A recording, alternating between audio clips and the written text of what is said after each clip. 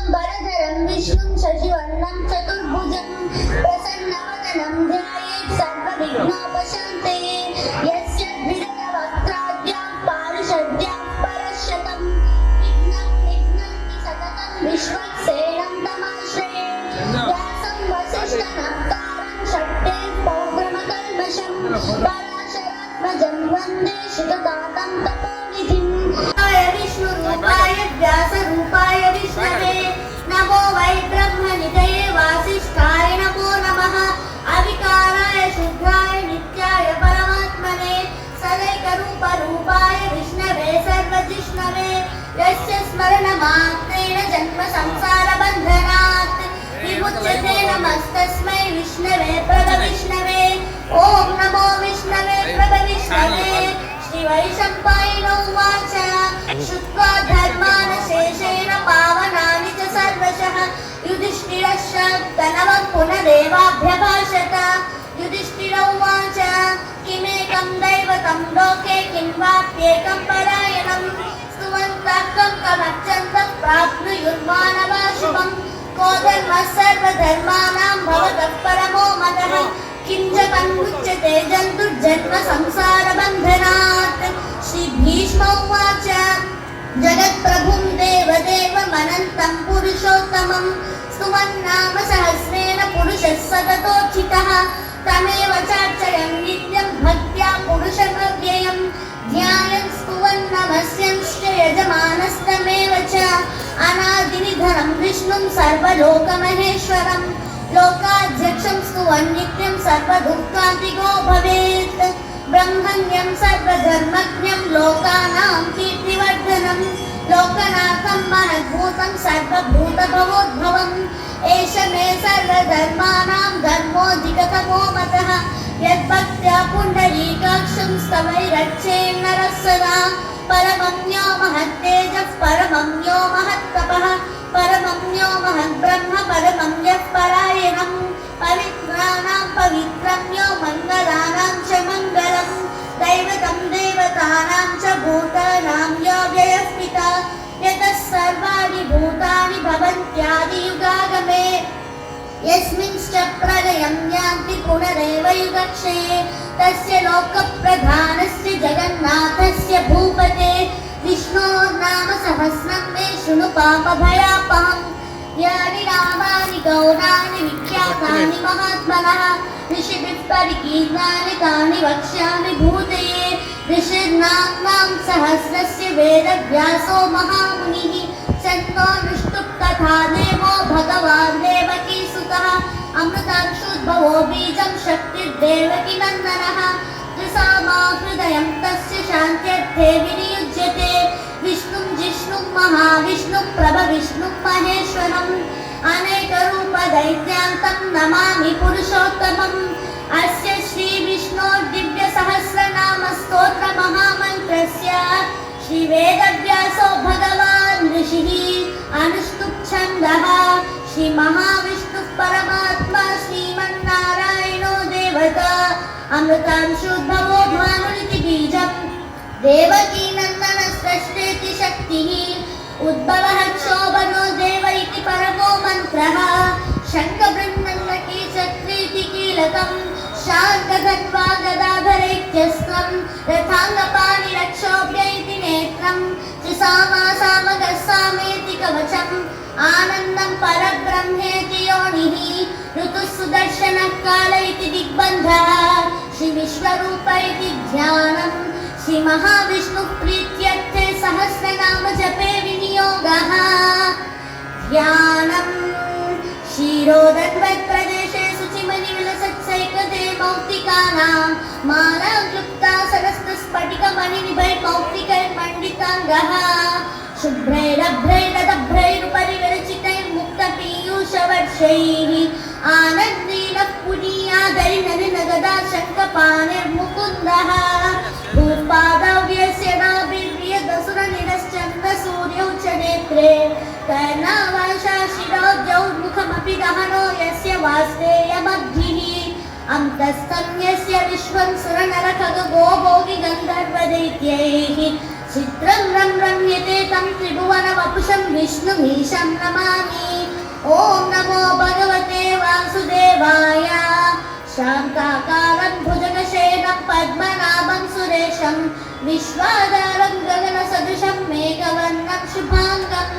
लक्ष्मीकान्तं कमलनयनं योगिहृद्यानगम्यं वन्दे विष्णुं भवभयहरं सर्वलोकैकनाथं। मेघश्यामं पीतकोशेयवासं श्रीवत्साङ्कं कौस्तुभोद्भासिताङ्गं पुण्योपेतं पुण्डरीकायताक्षं विष्णुं वन्दे सर्वलोकैकनाथं। नमः समस्तभूतानामादिभूताय भूभृते अनेकरूपरूपाय विष्णवे प्रभविष्णवे सशङ्खचक्रं सकिरीटकुण्डलं सपीतवस्त्रं सरसीरुहेक्षणं सहारवक्षस्थलशोभिकौस्तुभं नमामि विष्णुं शिरसा चतुर्भुजम्। छायायां पारिजातस्य हेमसिंहासनोपरि आसीनमम्बुदश्याममायताक्षमलङ्कृतं चन्द्राननं चतुर्बाहुं श्रीवत्साङ्कितवक्षसं रुक्मिणी सत्यभामाभ्यां सहितं कृष्णमाश्रये। ॐ विश्वं विष्णुर्वषट्कारो भूतभव्यभवत्प्रभुः भूतकृद्भूतभृद्भावो भूतात्मा भूतभावनः भूतात्मा परमात्मा च मुक्तानां परमागतिः अव्ययः पुरुषः साक्षी क्षेत्रज्ञोऽक्षरे एव च योगो योगविदां नेता प्रधानपुरुषेश्वरः नारसिंहः श्रीमान् केशवः पुरुषोत्तमः सर्वशिवस्कानुभूतादिर्निधिरव्ययः सम्भवो भावनो भट्टा प्रभवः प्रभुरीश्वरः स्वयंभू शम्भुरादित्यः पुष्कराक्षो महास्वनः अनादिनिधनो धाता विधाता धातुरुत्तमः अप्रमेयो हृषीकेशः पद्मनाभो वरप्रभुः विश्वकर्मा मनुस्पष्टास्थविष्टस्थविरो ध्रुवः अग्राह्य शाश्वतः कृष्णो लोहिताक्षः प्रतर्दनः प्रभूतस्य चतुर्धाम पवित्रं मङ्गलं परम् ईशानः प्राणदः प्राणो ज्येष्ठः श्रेष्ठः प्रजापतिः हिरण्यगर्भो भूगर्भो माधवो मधुसूदनः ईश्वरो विक्रमी धन्वी मेधावी विक्रमक्षमः अनुत्तमो दुरादर्शः कृतज्ञः कृतिरात्मवान् सुरेशः शरणं शर्म विश्वरेता प्रजाभवः अहः संवत्सरो व्यालः प्रत्ययः सर्वदर्शनः अजः सर्वेश्वरः सिद्धः सिद्धिः सर्वादिरच्युतः वृषा कपिलमेयात्मा सर्वयोगविनस्रुतः वसुर्वसुमना सत्यः समात्मा संमितः समः अमोघः पुण्डरीकाक्षो विश्वकर्मा वृषाकृतिः रुद्रो बहुशिरा बभ्रुर्विश्वयो निश्चितिश्रवाः अमृतः शाश्वतस्थाणुर्वरारोहो महातपाः सर्वगः सर्वविद्वानुर्विश्वक्सेनो जनार्दनः वेदो वेदविदव्यङ्गो वेदाङ्गो वेदवित्कविः लोकाध्यक्षः सुराध्यक्षो धर्माध्यक्षः कृताकृतः चतुरात्मा चतुर्व्यूहश्चतुर्दंश्यश्चतुर्भुजः भ्राजिष्णुर्भोजनं भोक्ता सहिष्णुर्जगदादिजः अनको विजयो जेता विश्वयोनिः पुनर्वसुः उपेन्द्रो वामनः पांशुरमोघः शुचिरुज्जितः अतीन्द्रसङ्ग्रहः सर्गो धृतात्मा नियमो यमः वेद्यो वैद्यः सदा योगी वीरः माधवो मधुः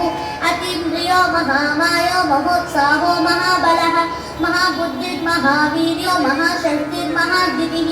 अनिर्देशो पुष्टिमानमेयात्मा महाधृदृक् महेश्वासो महीभट्टा श्रीनिवासः सतां गतिः अनिरुद्धः सुरानन्दो गोविन्दो गोविदाम्पतिः मरीचिर्दमनोहंसः सुपर्णो भुजगोत्तमः हिरण्यनाभः सुतपः पद्मनाभः प्रजापतिः अमृत्युः सर्वधृक्सिंहः सन्धाता सन्धिमान् स्थिरः अजो दुर्मर्शनः शास्ता विश्रुतात्मा सुरारिहः गुरुर्गुरुतमो धामः सत्यः सत्यपराक्रमः निमिषो निमिषस्वक्वी वाचस्पतिरुदारथीः अग्रणी ब्राह्मणी श्रीमान् न्यायो नेता समीरणः सहस्रमूर्धा विश्वात्मा सहस्राक्षः सहस्रपात् आवर्तनो निवृत्तात्मा संवृतः सम्प्रमर्दनः अनः संवर्तको वह्निरनिरोधरणीधरः सुप्रसादः प्रसन्नात्मा विश्वभुग्विभुः सत्कर्ता सत्कृतः साधुर्जन्योर्नारायणो नरः असङ्ख्येयो प्रमेयात्मा विशिष्टशिष्टपृच्छ सिद्धिदसिद्धिसाधनः वृषाही वृषभो विष्णुर्वृषपर्वा वृषोदरः वर्धनो वर्धमानश्च विविक्तश्रुतिसागरः सुभुजो दुर्धरो वाग्मी महेन्द्रो वसुतो वसुः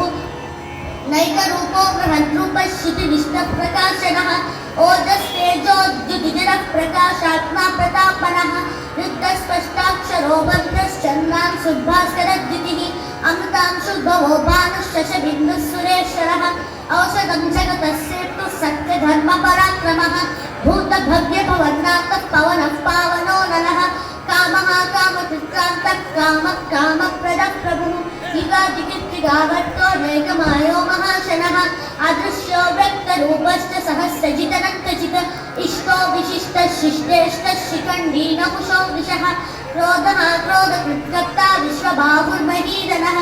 अच्युतः प्रतितः प्राणः प्राणदो वासवानुजः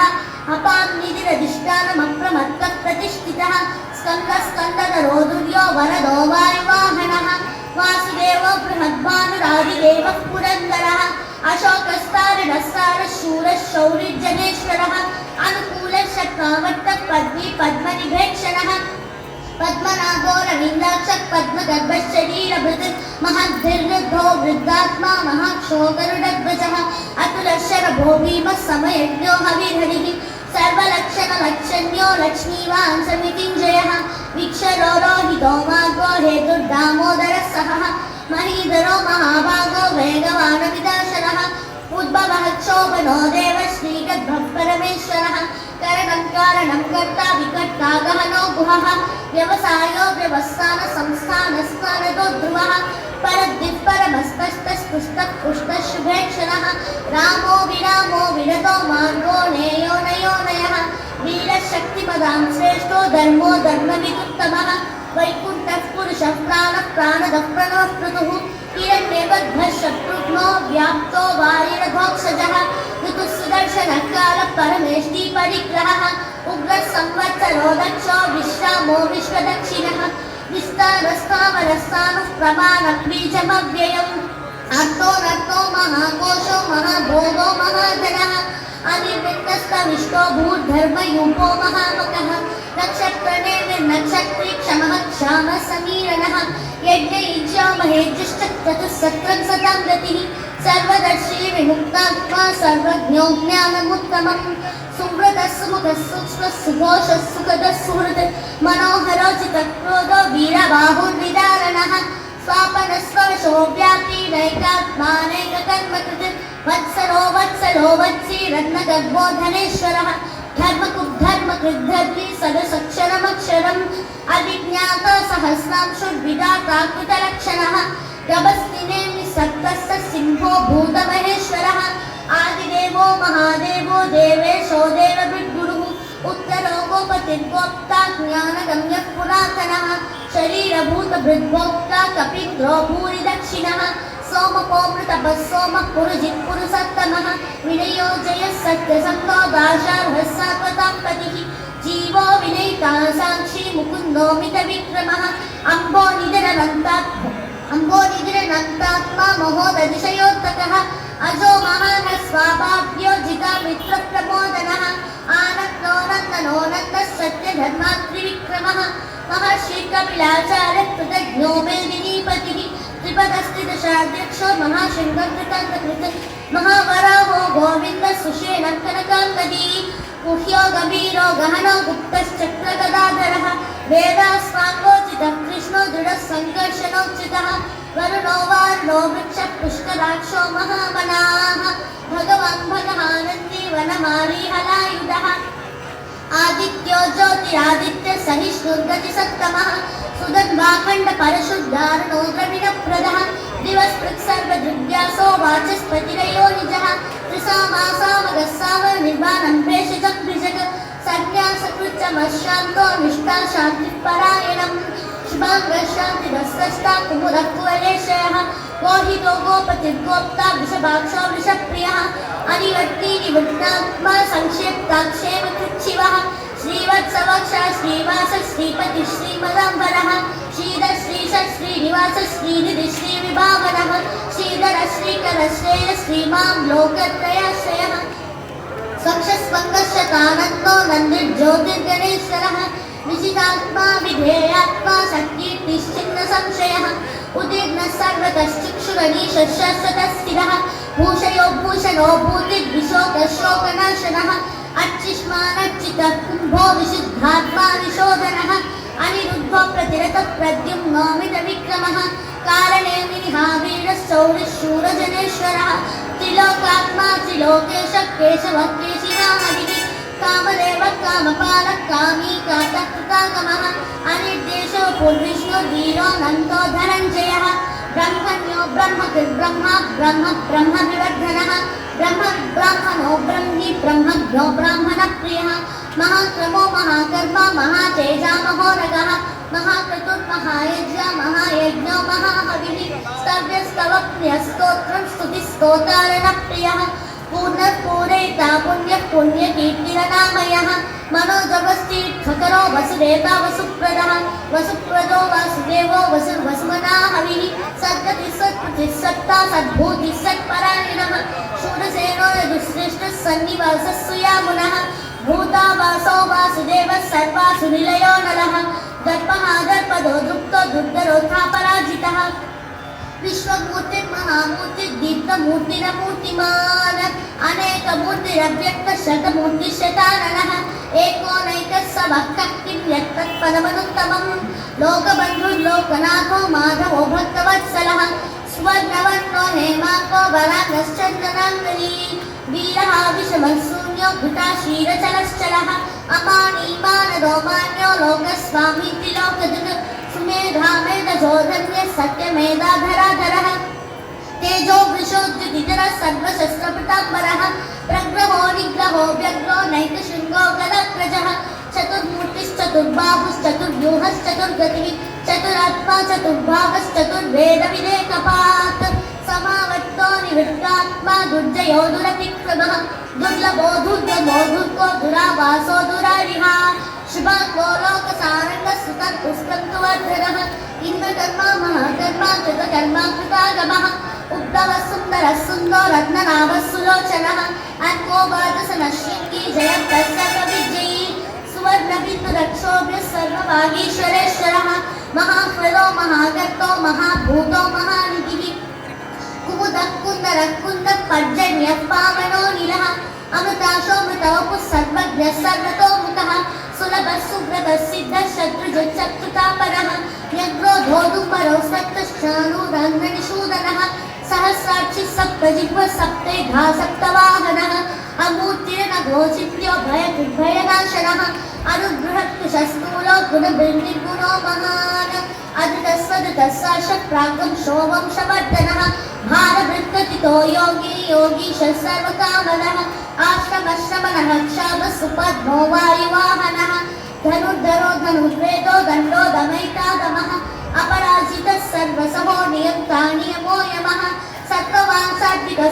सत्यधर्मपरायणः अभिप्रायप्रियार्होः प्रियकृत्प्रीतिवर्धनः विहाय सगतिर्ज्योतिः सुरुचिर्भूतभुग्विभुः रविर्विलोचनः सूर्यः सवितारविलोचनः अनन्तो हुतभुग्भोक्ता सुखदोनैकजोग्रजः अनिर्बिन्दः सदा मर्षि लोकाधिष्ठानमद्भुतः सनातनतमः कपिरव्ययः स्वस्तिकः स्वस्तिकृत् स्वस्ति स्वस्ति भुक् स्वस्ति दक्षिणः अरौद्रः पुण्डली चक्री विक्रम यूर्जितशासनः शब्दादिकः शब्दसः शिशिरः शर्वरीकरः अक्रूरक्लेशलो दक्षो दक्षिणः क्षमिनम्बरः विद्वत्तमो वीतभयः पुण्यश्रवणकीर्तनः उत्तारणो दुष्कृतिः पुण्यो दुःस्वप्ननाशनः वीरः रक्षणः सन्तो जीवनः पर्यवस्थितः अनन्तरूपोऽनन्तश्रीर्जितमन्युर्भयापहः चतुरश्लोकभीरदिशो व्यादिशो दिशः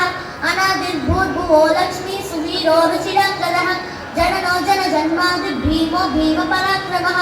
आधारनिलयो धात्वा पुष्पहासः प्रजागरः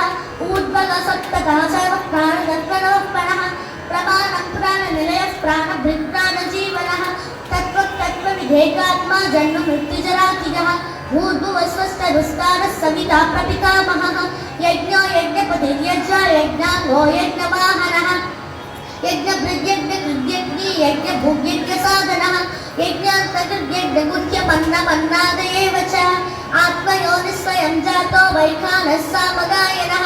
देवकीनन्दनस्रष्टा क्षितीशः पापनाशनः शङ्खबृन्दन्नकी चक्री शान्तधन्वागदाधरः रथाङ्गपाणिरक्षोभ्यः सर्वप्रहरणायुधः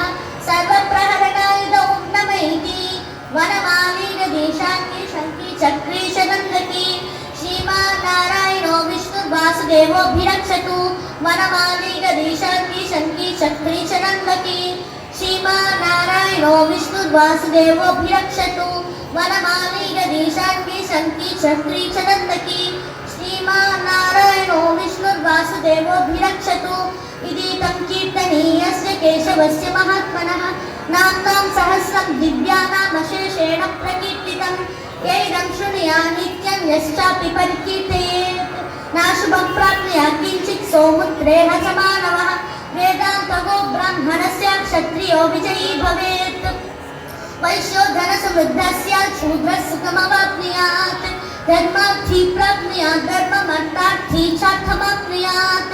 कामानवाप्नुयात् कामी प्रजार्थी प्राप्नुयात् प्रजा भक्तिमान्यः सदोत्थाय शुचिस्तव्यवमानसः सहस्रं वासुदेवस्य नाम्नामेतत् प्रकीर्तयेत् यशः प्राप्नोति विपुलज्ञातिप्राधान्यमेव च अचलां श्रियमाप्नोति श्रेयः प्राप्नोत्यनुत्तमं न भयं क्वचिदाप्नोति वीर्यं तेजश्च विन्दति भवत्यरोगो द्युतिमान् बलरूपगुणान्वितः रोगार्तो मुच्यते रोगात् बद्धो मुच्येत बन्धनात् भयान् मुच्येत भीतस्तु मुच्येतापन्नापदः दुर्गानितिचरत्याशु पुरुषः पुरुषोत्तमं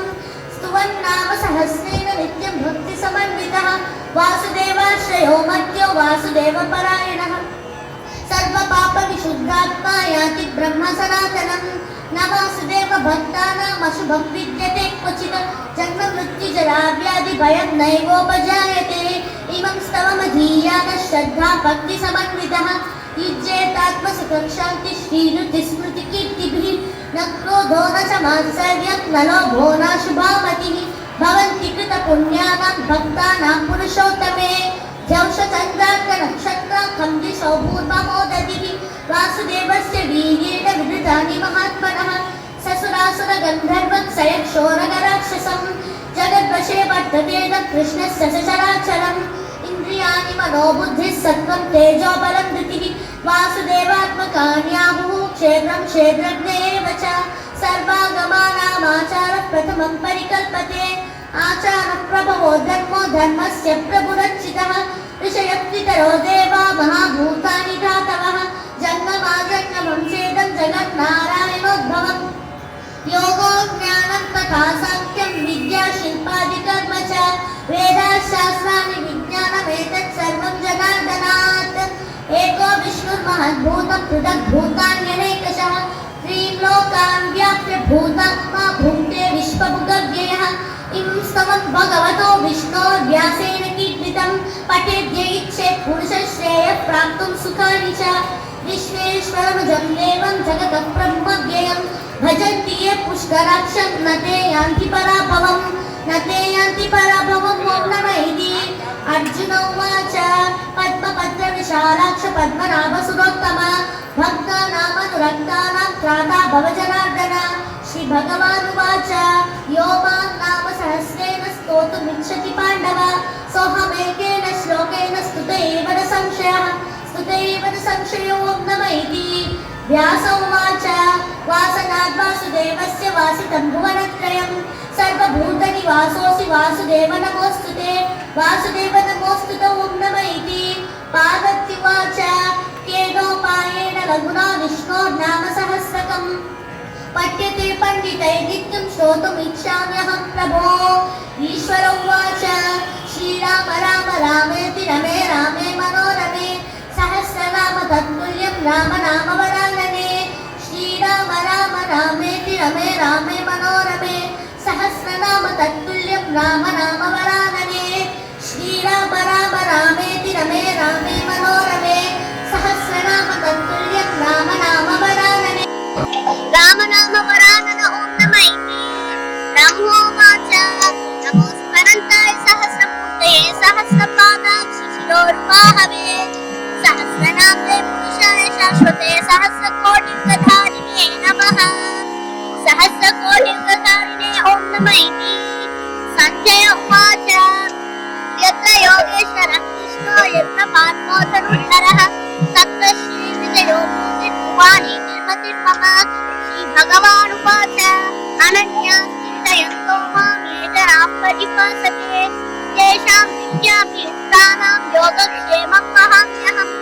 परित्राणाय साधूनां विनाशाय च दुष्कृतां धर्मसंस्थापनार्थाय सम्भवामि युगे युगे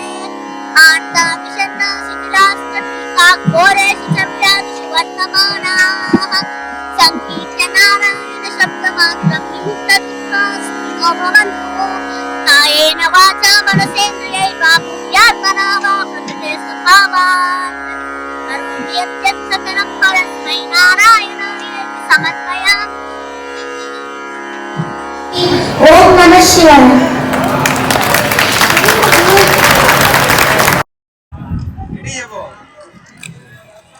ఏడుకొండలవాడ వెంకటరమణ గోవింద గోవింద. ప్రవాసిని ఈ అమ్మాయి విష్ణు సహస్రనామం. ఆ విష్ణువు యొక్క నామాలు సహస్రం అంటే 1000 నామాలు. ఆ అమ్మాయి సరస్వతీదేవి ఆ అమ్మాయి నాలుగు మీద అలా లిఖించబడి చెప్పినట్లుగా సహస్రనామాన్ని ఎంత అవలీలగా శ్లోకాలను అవపోసన పట్టిందంటే మీ కళ్ళెదురుగా మీరే చూశారు. ఆ అమ్మాయికి ఆశీర్వదిస్తూ మీ కరశాల